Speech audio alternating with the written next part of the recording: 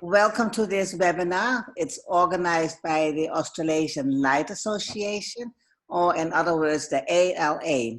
And the ALA is a non-profit organization that promotes products, courses, and books about how light, color, and/or sound can be used to advance health and well-being. And I'm your host today. And if you have any questions for Mark, please put these at the end of the webinar in the chat box, and we will collect these questions and present them to Mark after his presentation, and he will try to answer all your questions. So now it's really my pleasure to introduce Mark Wentworth. Mark has been studying and working with color for over 30 years. He is the creator of the Color Path and the color psychodynamic method, both integrating color with the archetypal and visionary words of Carl Jung. Mark is based in the UK and as well as working across 9 countries worldwide. So I'm very thrilled that you can join us tonight, and I'm happy to hand it over to Mark. Great. Thank you very much, Thelma.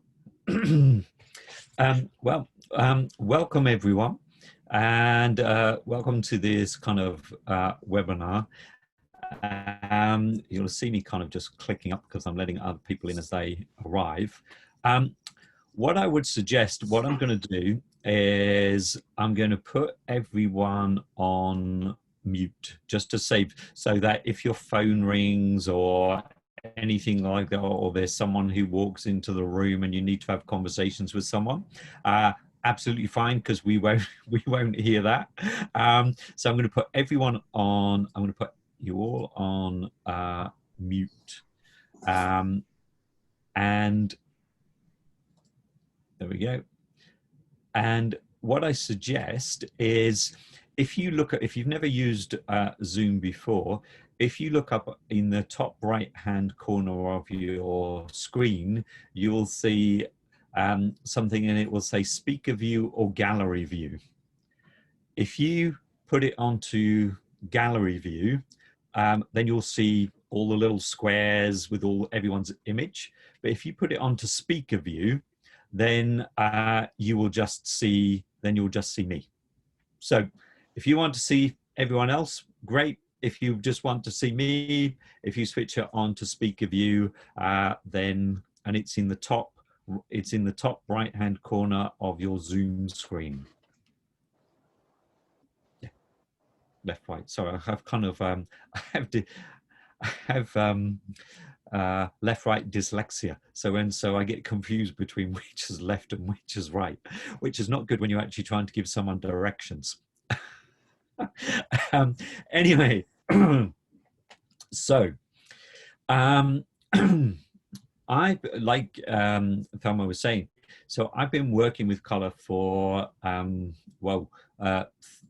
33 years, and my background is, before that, actually I worked in TV and film as a makeup artist, but very briefly. And then I met people who were actually, I went to one of these mind, body, spirit exhibitions, and I met people who were working with color. And literally, as soon as she started talking to me about color, and in that particular way, in the therapeutic use of color, it's like she was really talking my language. And I knew that I'd found the thing that I wanted to do. During my studies, which was very much about the psychology of color, the therapeutic use of color in decor, also in kind of just the whole meanings of color, let's say the associations with color, etc. The next part of the course was about using colored light therapy. Where basically, if you know about color light therapy, it's like having someone lay on a couch, like a massage table, and you put color lights on different parts of the body. There's other aspects of light therapy. It's amazing. It really, I've experienced it, and it's amazing. But I remember standing there watching it and thinking, if this is it, I am going to be so bored, I'm probably going to electrocute a few of my clients just to make it interesting. Because I kind of knew that that's not where me and color needed to go to. So I knew that I didn't want to do that area of color. I was very much interested more in the, let's say, the depth of color from a different perspective. Also, at the time when what I was training to do was the life path colors, which I'll talk to you about, but the system they were calling it, it was called color analysis. Now, in the 80s, color analysis was also the thing of actually, getting your colors done, as in, are you spring, summer, autumn, or winter? And so when I said, people said, I was saying I'm working with color, and people said, oh, would you tell me what color clothes to wear? And it's like, mm-mm. So in the end, I did a brief course in that, just so when people said, do you tell me what color clothes to wear? I could say, well, yes, I do, but let me tell you what else color can do.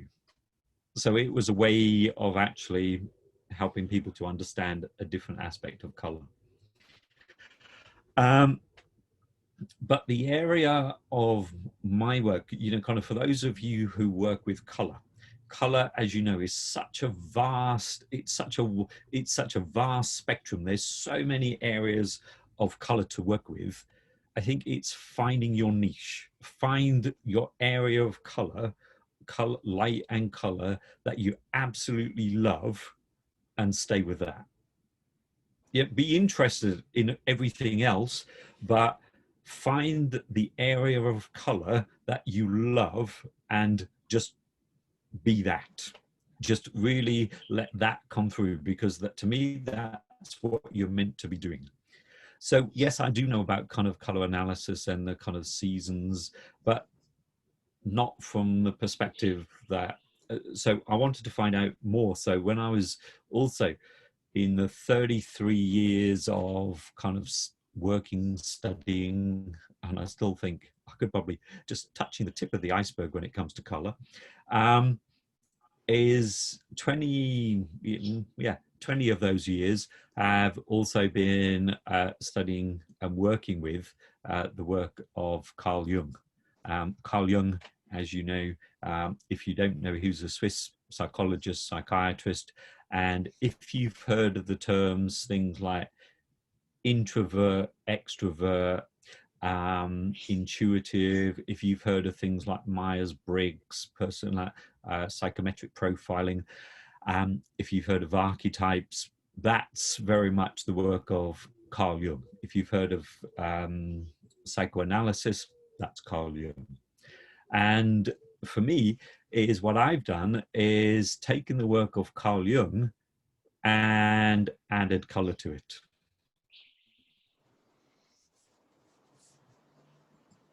So it's a way of actually translating what's going on the inside and giving it a visual language. So I very much talk that and express that color is, for me, is a sign language of the soul. We talk about imagination. Jung very much talked about imagination as the bridge between this world and another world, and the other worlds, as our interior worlds. And sometimes we don't trust it. And so to me, kind of color makes that is literally, color is intuition made visible. Because if we learn to trust the colors, so for a very simple, let me tell you, a very simple thing with color is my DIY, let's say DIY color therapy, is if you have a problem or there's something not working in your life, just very simply give it a color. What's the first color that comes to mind? And you always trust the very first color. If you go, oh, I don't like that color, I'd give it this color. Absolutely no. Trust the very first color that comes to mind.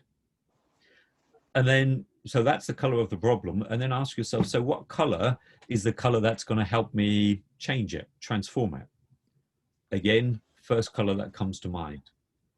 And then very simply, you breathe in, let's say you're changing color, and you breathe out, let's say you've got stress, and you say, oh, my stress is, I don't know, green with pink spots. It doesn't have to just be one color. And you say, the color that's going to help me is bright red. Absolutely fine. You know, because it's about finding the colors that work for you. Yes, you can read color therapy books and they'll say, oh yes, if you've got stress, use greens, use blues. But that's without wanting to be disrespectful. To me, that's cookbook color therapy. What I'm doing is helping you. What I want you to do is find your own color language. I want you to find the colors, because what you're doing is you're building a connection and a relationship between, let's say, your soul and the outer. You actually kind of learn, and the more you learn to trust it, the more you will find that life starts to kind of pretty much work for you. So very simply, just to reiterate that again, so let's say your stress color is green with pink spots, and your calming color, your restorative color, your well-being color is bright red. Very simply, breathe in red, and when you breathe out the color of your stress. I've used it for many years to actually kind of to deal with stress, pain relief, and beyond the physical, you can use it for anything. If, for example, if you want a partner, if you're single and you can say, oh, I've read all the books, I've done all the things I can do, but no, still no partner. Very simple. Give a color to having no partner. Then give a color to having a partner. Breathe in partner color, breathe out no partner color. Because color, it's a living thing. It's, again, it's kind of, instead of just intuition made visible, to me, color is light made visible. And so, and everything, if we think about it, everything is energy. So you have an energetic frequency of having no partner. An energetic frequency is different to having a partner. And color is just a visible expression of that. I would talk very much term color as a visual storyteller. And another area of my work is I work in film, and actually how a film tells stories, and the colors they use in film enhances your, as the audience, enhances your perception, your reaction, and your connection to the characters in the film. Maybe at some point we'll do another talk specifically on color in film as a visual storyteller. Just as a teaser for that, for example, if you've ever watched, if you've seen the film Joker, which was out last year, okay, if you've seen it, there's a particular scene where Joker he's following his neighbor to work, female neighbor. He has kind of this fantasies about her, but if you watch that particular scene, what you will notice is there's no red in the scene whatsoever apart from her skirt. So it totally enhances his whole focus. And red, and it was, let me think if I can think of the painter. I should remember the artist because he's local to here where I am in the UK. And red just draws you into the center. So basically, you're actually watching the film and you're drawn straight, unconsciously, straight to her skirt. So you totally get the idea of his intention without actually, of course, they've got music. And for those of you who do who use color analysis and the you know, kind of the color analysis, the cool tones, the warm tones. If you watch Joker, you will see, yes, it's full color, but all the colors they've used in the film are all cool tone. There's no warm tone colors in the film whatsoever. And it's done specifically to enhance and deepen the experience and portray the image of what they're at, the whole genre of the film, the whole feeling of the film is done very specifically for that reason. Anyway, but that's another talk. But it's interesting just to try watching a film, but with no sound, and just watch the colors, watch the color story, and you'll have a whole different perception of the film, even if it's a film you've seen many, many times before. I'm trying to condense and kind of focus on that. So I wanted to tell you all, give you a sense of all of those things, just to actually get to almost like give you a sense from the color perspective, how color is always communicating to us. And then when it comes to, let's say, life path colors, you know, kind of, if we look back in time, look back in history, in all the ancient cultures, they all looked for and had since the beginning of time or human awareness, I would say we've always been looking for ways to understand the world and who we are and our place within it. You know, in ancient Greece, depending on your behaviors, they would observe you, and you would then either be a daughter of, let's say, daughter of Demeter, a son of Apollo, and that would be based on your natural behaviors. And then based on that, that's how you would then be educated. So you always had a way of looking for a way of understanding your place in the world. Later on, if we kind of jump forward, nowadays we have the psychometric testings. Oh, also in the past we had, and still today, we have things like astrology. You know, kind of, we always had things to actually, myths and stories and archetypes to help us define who we are and our place within the world. Nowadays, we might, we have, I mentioned something in the city, in the corporate world, we have something like the Myers-Briggs, which is a psychometric testing to show your personality type. From aside from that, I also work with kind of gods, goddesses, and myths and archetypes. And personally, I believe that why we see all the things that are happening in the world at the moment is because we don't have any myths. We've lost our myths. We don't have any gods, goddesses. We don't have any myths to live by. We don't have any myths to guide us. So I think that's why we're kind of in a bit of a state of chaos at the moment, because we've lost our sense of direction. And so what I realized is that, you know, kind of life path colors, literally as they sound, you know, when we talk about life, we always have the sense that we're on some kind of pathway. If you get people to visualize their life, we talk about, oh, my lifeline. We use it as a reference and we go, my journey through life. And we have a sense of kind of a future. And for most people, they always think that it's in front of them and the past is behind them. So we've always had this sense of almost like movement, and we're on some kind of pathway.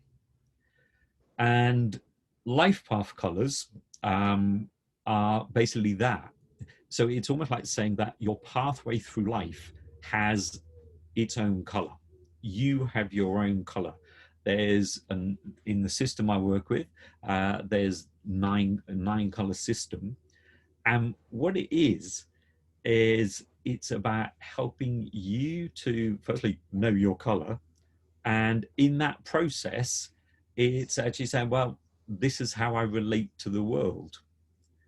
So let's say it's almost like you could have a situation and you can have all the 9 colors of viewing that situation, and that situation completely different to every other color. So it's a bit like helping you to understand what are your core behaviors, what is the essence, what's important to you, and how do you relate to the world. You know, kind of some of the work that I do, I work with children, going to help children, let's say, understand themselves, understand each other. And in some cases, when I'm talking to the children, I'll say this also will help you understand your parents. Not necessarily, and some, of course, for the parents to understand the children. And what it does is like, it's giving permission to be yourself. You know, kind of, it's like saying, well, my example would be, well, let's say if you're an orange tree, you know, if you're born an orange tree, you can have as much therapy as you want, you can go on as many courses as you want, you can go on as many transformational, you can have as much blah blah blah as you want, but you will never ever be a lemon tree. So be the best orange tree that you can be. And also, no orange tree says next to another orange tree, my leaves, my flowers are brighter than yours, fresher than yours. They just are. And what I find is when you know your color, when you know your life path color, it gives you permission to be totally yourself. This is me. This is like the foundation. This is the path that I'm walking through life. This is how I will relate and connect to the world. And very simply, is we use we use your date of birth and the medium of numbers to get to your color. So what you do is you take your date of birth, and what I'm going to do is see whether I can quickly share. Basically, what you do is you take your date of birth and you treat each number as a single digit, and then you reduce and you keep on adding them together. And I'm just trying to find a screen for you. Let me do that. Hopefully I'll get back. All right, great. All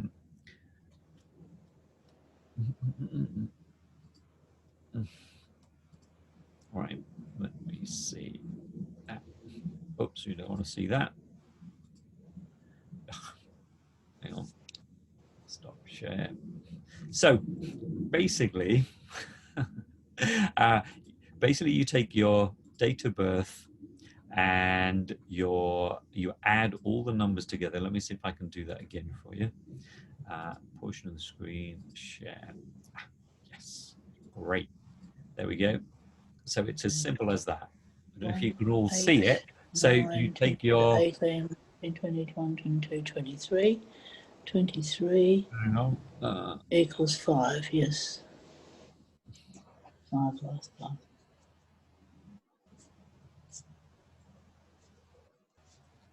Yep. And so basically you take your, like it says, full date of birth, included in 19 or now the 2000s.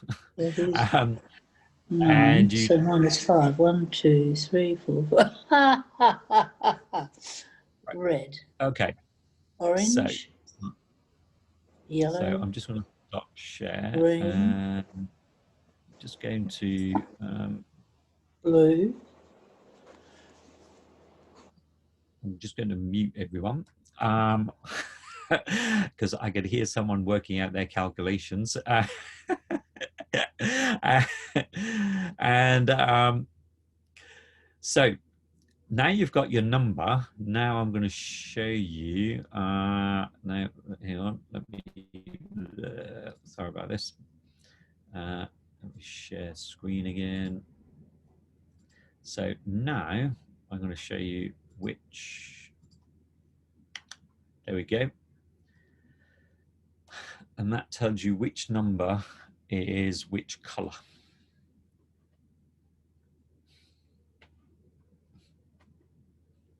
And what I will do is say, because I know sometimes you're trying to write notes very quickly, what I will do is I will send an aspect, I will send a handout for this. If I'll send it, tell me if I send it to you, make sure that we've all got your correct email address, and I'll send you a handout which will tell you the calculations, the colors, and some keywords for each of the colors. So now you know your color. Now, first of all, very importantly, it does not mean you have to wear it. Because sometimes for all the people who are kind of like color consultants, as soon as they find out their color, they go, oh my God, I'm yellow and yellow doesn't suit me. Blah, blah, blah. No problem. It does not mean, the important thing, it does not mean you have to wear the color. Not at all. Wear it if you like it and if it suits you, you know, but you don't have to wear it. Not important at all. And also, there is no one particular version. There is no one generic version of your color. The only version of your color is your version. So if you're, let's say, if you're red and you go, no, the only version of red I would have is white with a hint of pink, absolutely fine. If it's kind of like the most deepest red, like cherry wood, you know, kind of like cherry wood brown, absolutely fine. If it's kind of burgundy or claret, totally fine. The most important thing is finding your version. That's the important thing. It's finding your version of that color.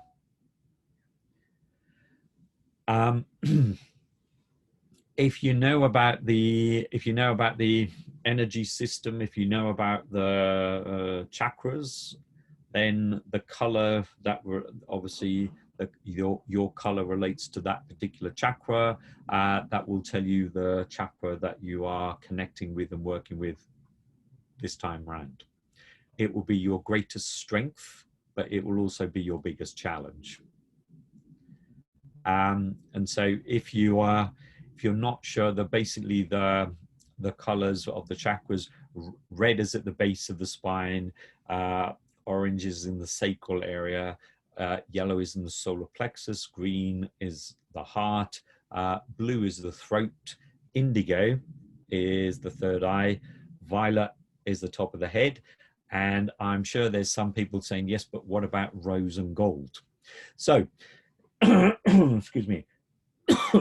So, rose is connected to the base chakra, and gold is connected to the second chakra. I'm just going to put myself on mute at the moment while I just.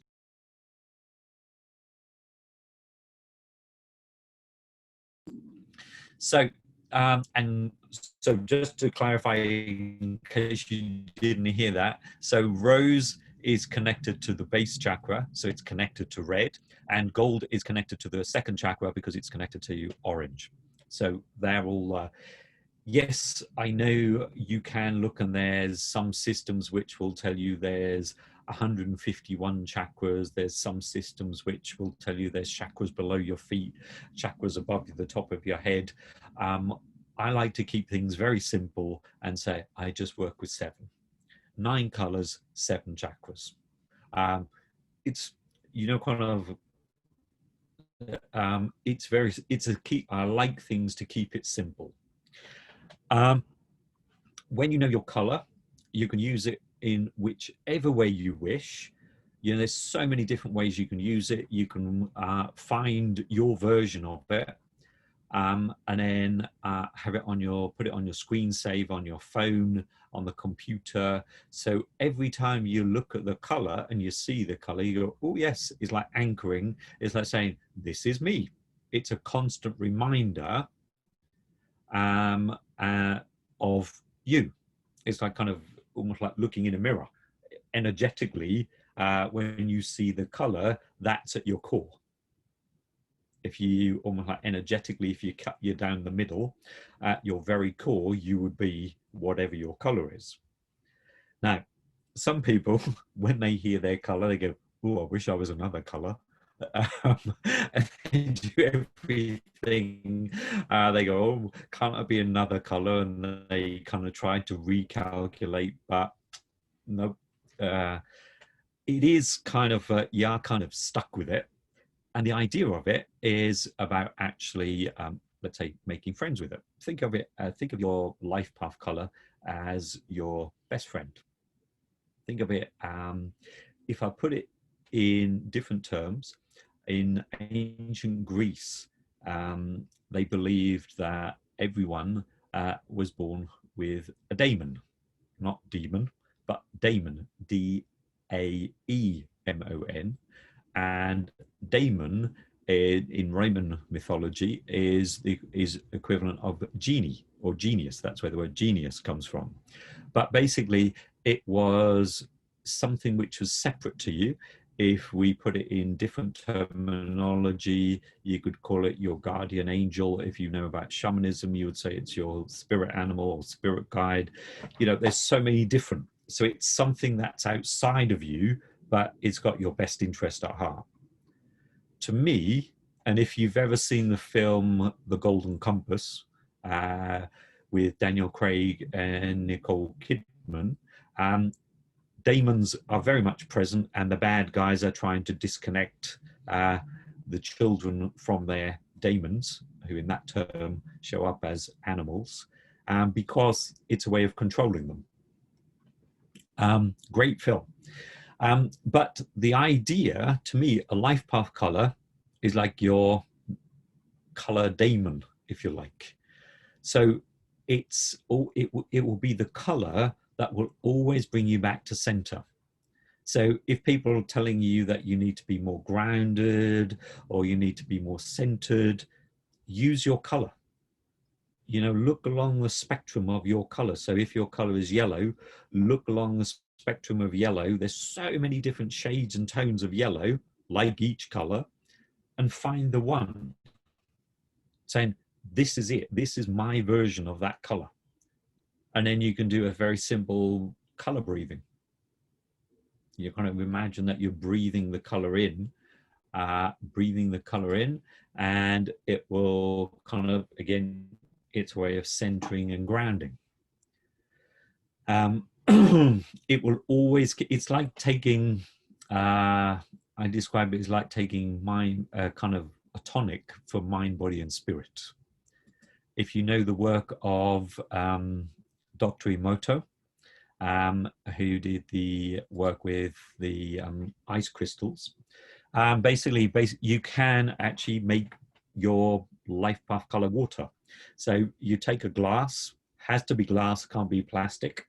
Take a piece of material of your color, wrap it around the glass, put it out in the sunlight or in the light. I would say sunlight, but here in the UK, it is supposed to be summer, but it's kind of a debatable summer.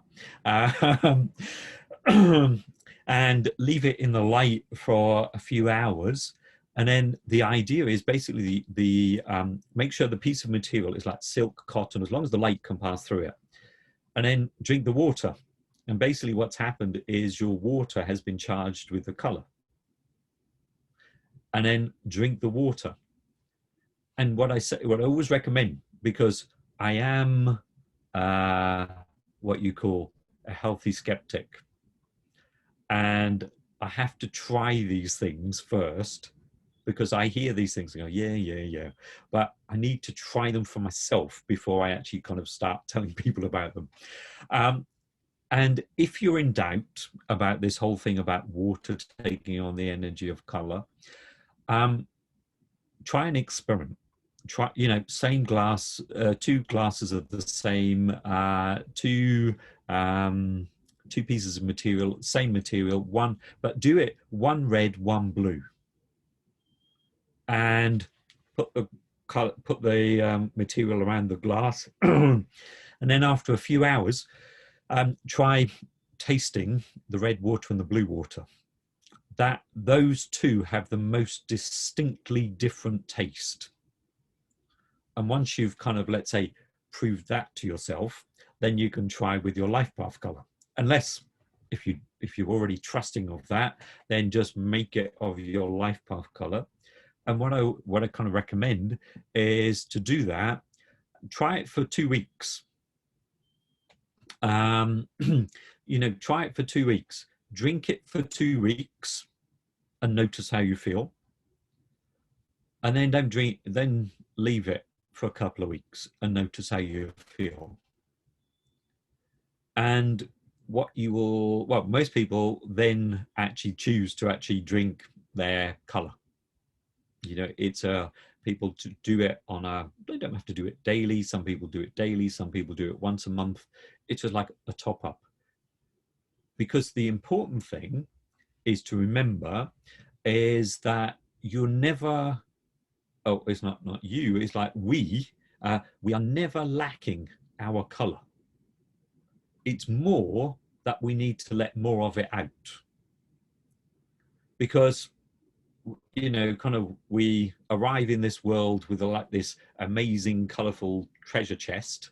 We've got all these jewels that we're very happy. We want to show everyone in the world and say, hey, look at this, look at this. And we soon learn what's acceptable and what's not.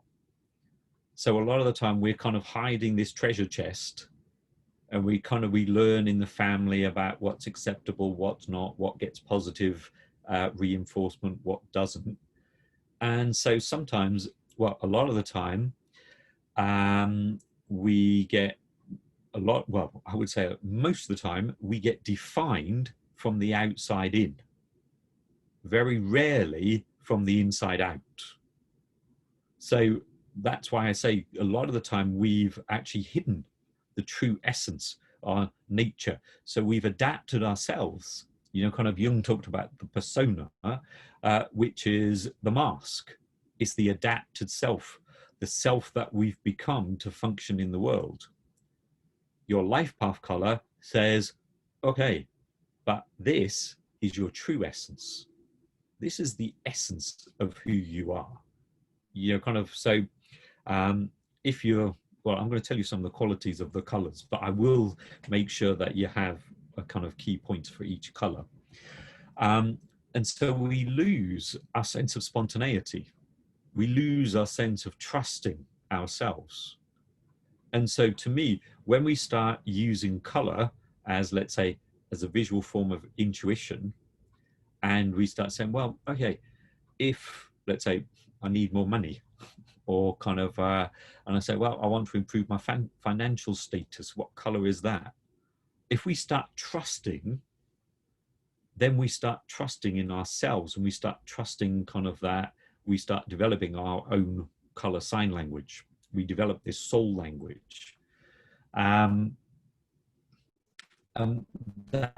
So then we start trusting ourselves, and we become much more authentic of who we're meant to be.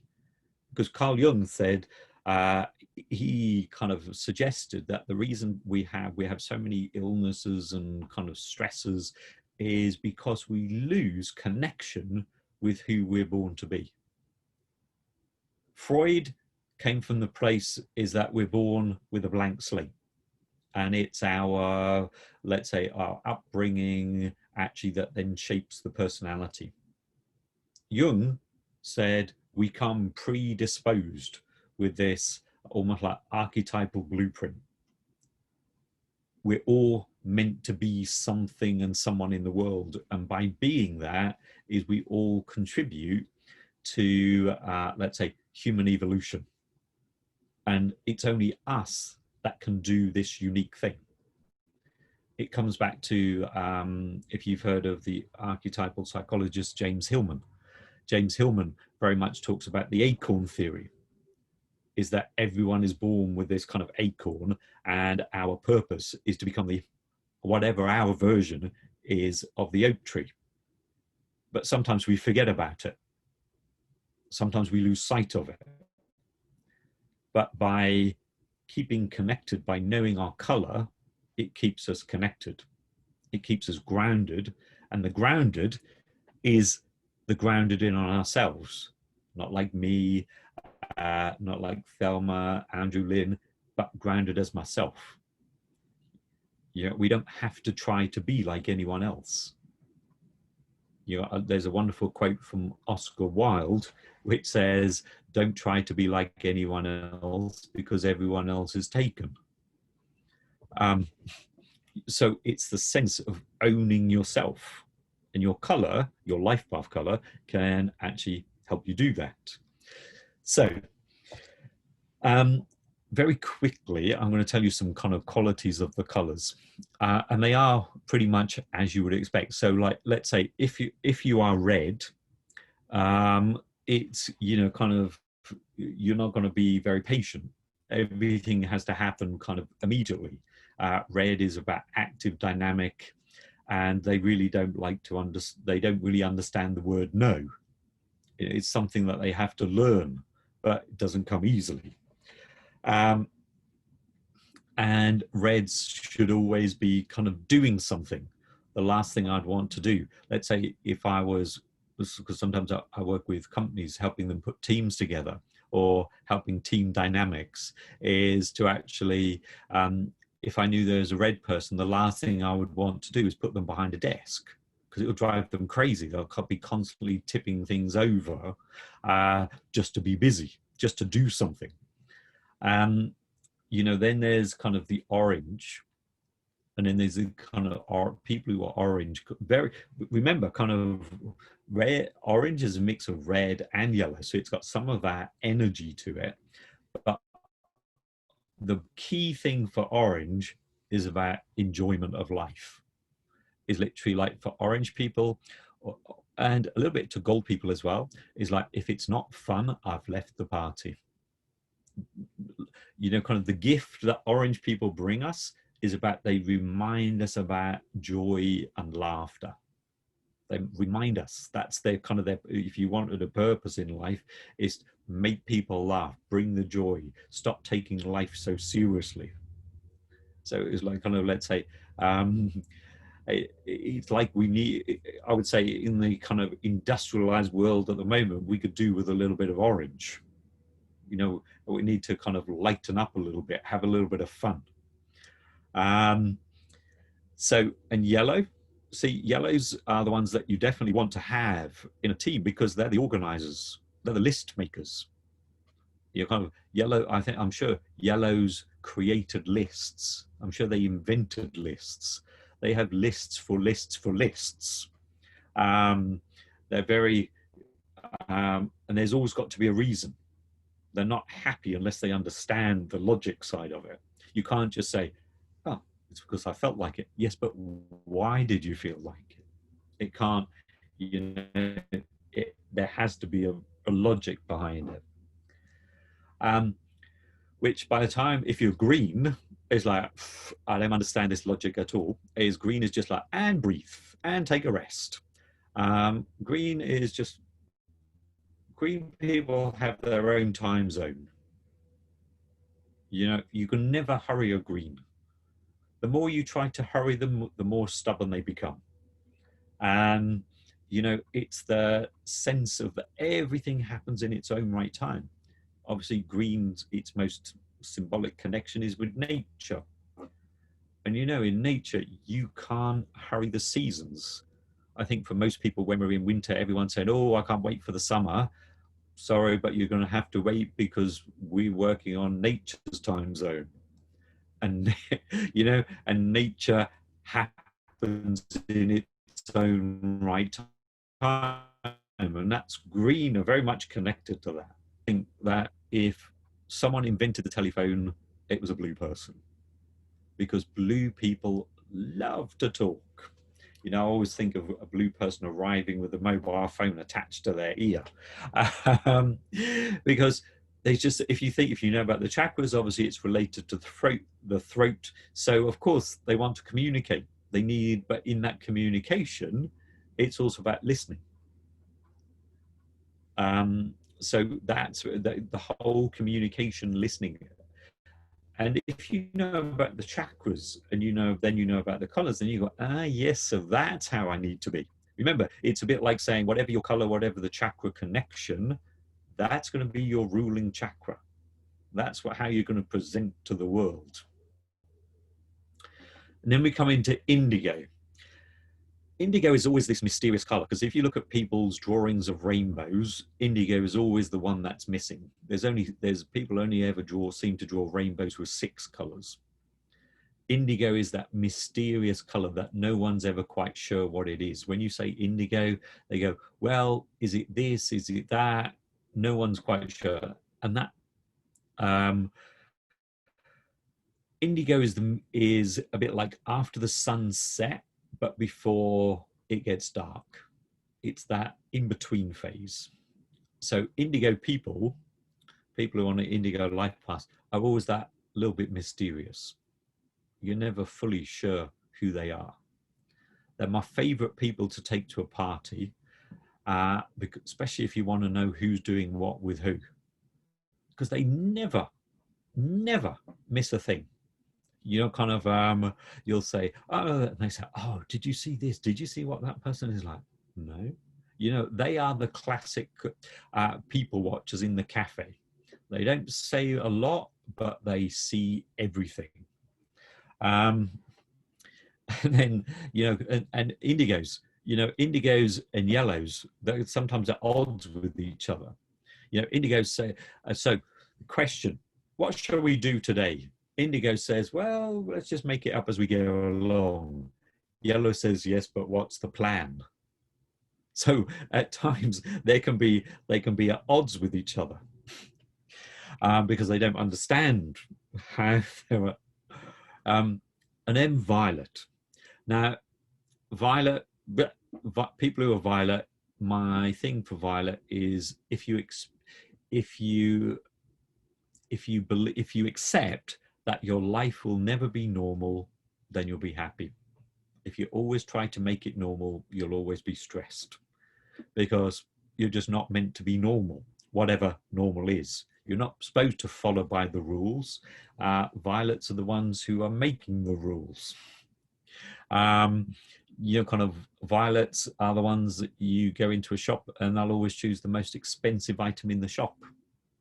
They just have a way of always knowing it's not about the price, it's always about the quality and the detail, and nothing else will do.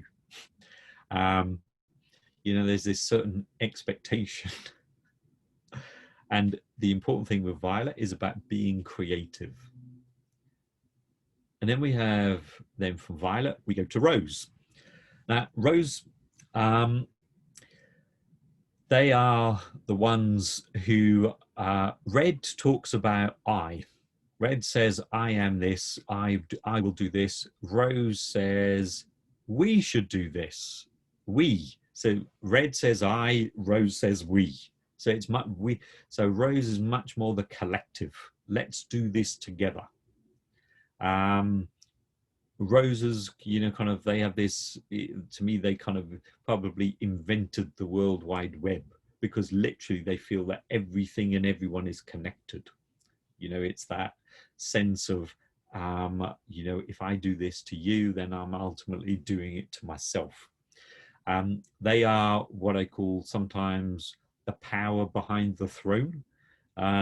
You know, and they make excellent coaches, things like that, because when everyone else feels like they give up, Rose helps them find that extra little bit of strength that they didn't believe they had, and they say, come on, you can do it, you can do it. And in gold, which is the last, and firstly, just to say, as we get to gold, because sometimes people have the idea that there's a hierarchy of color. There's no hierarchy of color. I've had people who are sort of like sitting in my classes and they're going like this, and I'm, what are you doing? And they're saying, well, I'm counting how many lifetimes I've got to go until I'm like violet, rose, or gold. They have this idea that the further up the spectrum you go, the more evolved you become. Not at all. The only, Gold is the last color. Gold is a bit like the eldest child. If you are the eldest child in the family, it's that there's always this expectation that you are the one who's supposed to know better. Gold is always the one who's someone feels responsible. Sometimes it's almost like they're born wise. To me, gold people, when they arrive in their 40s, they arrive at the age they've always felt. Because it's now you have to take me seriously. They know stuff when they're younger, way beyond their years. When they arrive at their years, they go, finally I've arrived. And also with gold is they're always passing on knowledge and information. They can't just keep it for themselves. They're the kind of the wisdom sharer. So now, and I'm sure, because I'm keeping an eye on the time, as we've gone through this, you can say, well, yeah, I can relate to a little bit of this and a little bit of that. And yes, that's also part of me. And you will do, because obviously we can't just divide the whole world into 9 colors. What makes it more, let's say, what makes it more personal to you is we then take your name and translate that all into color as well. That's what makes it more personal. That's what then it kind of then builds up your, let's say, archetypal profile. So think of it like this. Your life path color is, let's say, it's the land, it's the terra firma, it's the ground upon which you stand. And then the other colors are like the house upon which you build on the land. So that's kind of like, but the life path color is always the land.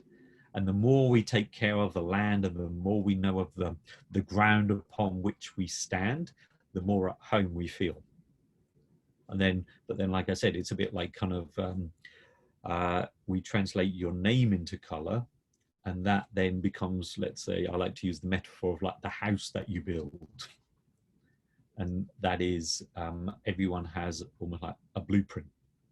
It's more an archetypal map, an archetypal blueprint. And that's what makes it then starts to make it much more personal. But where I would leave it and say is just work with your color. Get to know your color. Find your color. Find your version of your color. Breathe with it. If you use different color tools, colored light, whatever, kind of how do you feel with that color, just with that color? What does it feel like if you're into the more let's say, the deeper transpersonal, and you kind of, kind of where does it take you to in your family system?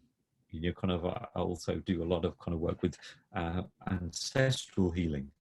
And sometimes you find that if you start looking at the family colors, work out dates of birth of family members, and then you see which color is the recurring color through the generations. And then you say, okay, who's carrying the family stuff? In a way of very simply is if you've got family or a team, when you know their colors, you can just place them all together and you go, so this is why this one doesn't get on with this one. This why this one collects with this one. You understand it's a very simple map. And one of my favorite stories a couple of years ago was working in a school. And part of the lesson is we talked about, I helped the children work out their color. Bit of math, bit of simple mathematics, and then getting to find out who they were and how they were related to each other. And this one little girl, 8 years old, very definitely red. She was totally red, kind of like she'd worked out everyone else's color, and she was adamantly, boldly telling everyone their colors. And at lunchtime, she marched up to her mother and she said to her, I'm red, you're green, that's why we've got problems. And that was it. And when I talked to her mom about the differences between red and green, she said, yep, that's where because red wants to do things now, green, like I said, takes its time. So there's a but it's understanding that. That's been a rush, a whirlwind tour through kind of life path colors. And just to give you a sense of what's possible when we know our color. But I would say to start, just like I said, start by working with your color, whatever that means to you. You know, kind of draw it, make collages with it, look for a picture on your phone, do whatever you want to do with your color, but start to make friends with that.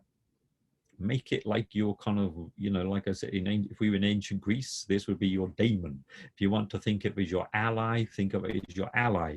You want to say it's like your bestest friend that knows everything about you, everything, and still walks very confidently by your side. There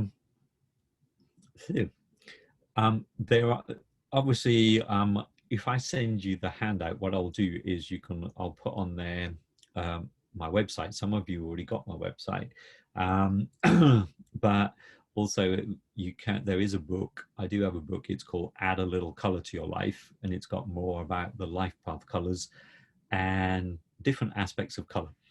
You know, kind of, it was in 1998, and someone said, is there a good little book about color which goes into different areas? And there wasn't, so I wrote it. It's about 60 pages, and it's in many different languages. It's in English, Portuguese, Spanish, Greek, Turkish, soon to be Romanian, and you can get it through Amazon. But also, what we're going to do through the ALA, through the Australasian Light Association, is we're going to do some a workshop of 3 hours. We're going to do a 3 hour at some point. We're going to in the coming month. We haven't set a date yet, but I'm going to do a 3 hour workshop, which is going to take you further into about working with your color and how you can work with it more and what we can do. But you'll get information about that. But now, I know we're coming up to the hour. But if you have any questions, could you please write them in your in the chat? Now, just to answer, yes, you can use a crystal. This was about could you use a crystal in the glass instead of material around the glass? You could. I would say do both. I would say you put a crystal in the water. This was about actually the colored water. I would say, yes, you can make crystal charged water. But I would also add the color to it as well, just to, when will we learn about the color of our name? Okay, so in the book, it tells you a little bit about the color in your name. In our 3 hour workshop, I will do about working your name color and explaining it and going more, because obviously in a short space of time. And what if you change your name? Yes. Okay. So think of it like this. The name you're born with is the main house. You know, kind of, it's the heart of the house. That's the main structure. Every time you have a name change, it's a bit like you're adding an extension, or as someone said, adding a garage, putting a loft conversion, you know, so, but the original structure always remains the same. So the important thing is always the name that you're born with, the name that is written on your birth certificate, the name which is on your official documents. That's the most important thing. And the thing with the nickname is nicknames are interesting things, because sometimes, most of the time, nicknames are given by other people. And what you do is, a nickname is, it's interesting to look at the nickname, because that actually can sometimes tell you more about what people project onto you. Because sometimes, let's say, for example, let's say your name's Victoria, but people shorten it to Vicky. You may not prefer it to be shortened to Vicky. or sometimes there is, sometimes you work with people and they do have the name, like, let's say Vicky, but only only Vicky's parents would use it when they were about to tell her off and say, Victoria, will you? But the rest of the time, it's Vicky. So most of the times when it's a nickname, it's more comes from someone else, and it's more if you feel comfortable with using that. If you don't, but people insist on using that, then it's always interesting to actually look at it to see what people are projecting on you. And yes, kind of, yep, basically if you understand the color numbers, that's kind of the numerology aspect of it. So basically I use the medium of numbers to get to colors. Numerology, amazing, interesting, but when I look at numbers, I just see numbers. So this is what I'm saying is about actually finding your own way. So when I look at numbers, it's just a series of numbers. Change those numbers into color and it makes total sense to me. So that's what I was saying to you, is about color, anything, not just color, but it's such a vast area. It's actually finding your own way to work within that framework and own it. You know, kind of own it means about owning your story. Where did you come from? How did you get it? You know, and owning your color is about doing that. So I don't know whether if there's any final questions. If not, nope. Okay. So thank you very, very much for joining me this evening, this morning, wherever you are. But thank you very much.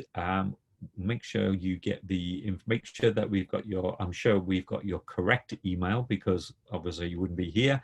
I will send that out to you. Probably it will be, if you're in Australia, it will probably be tomorrow morning. If not, but everyone else, well, it'll be tomorrow because of the time differences.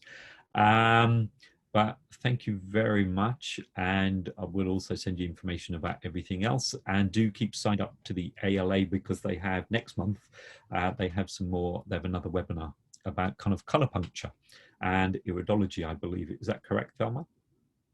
You on? Yeah, okay, that's correct. But if you're on that list, you'll receive about the other webinar series that they've got coming up. And next October, it's a long way off, but next October, hopefully we will meet in person, because I will be there at the ALA conference in Perth, I believe. So see you, well, see you soon, see you, and enjoy your color. You know, kind of just love it, treat it like a best friend. But thank you very much.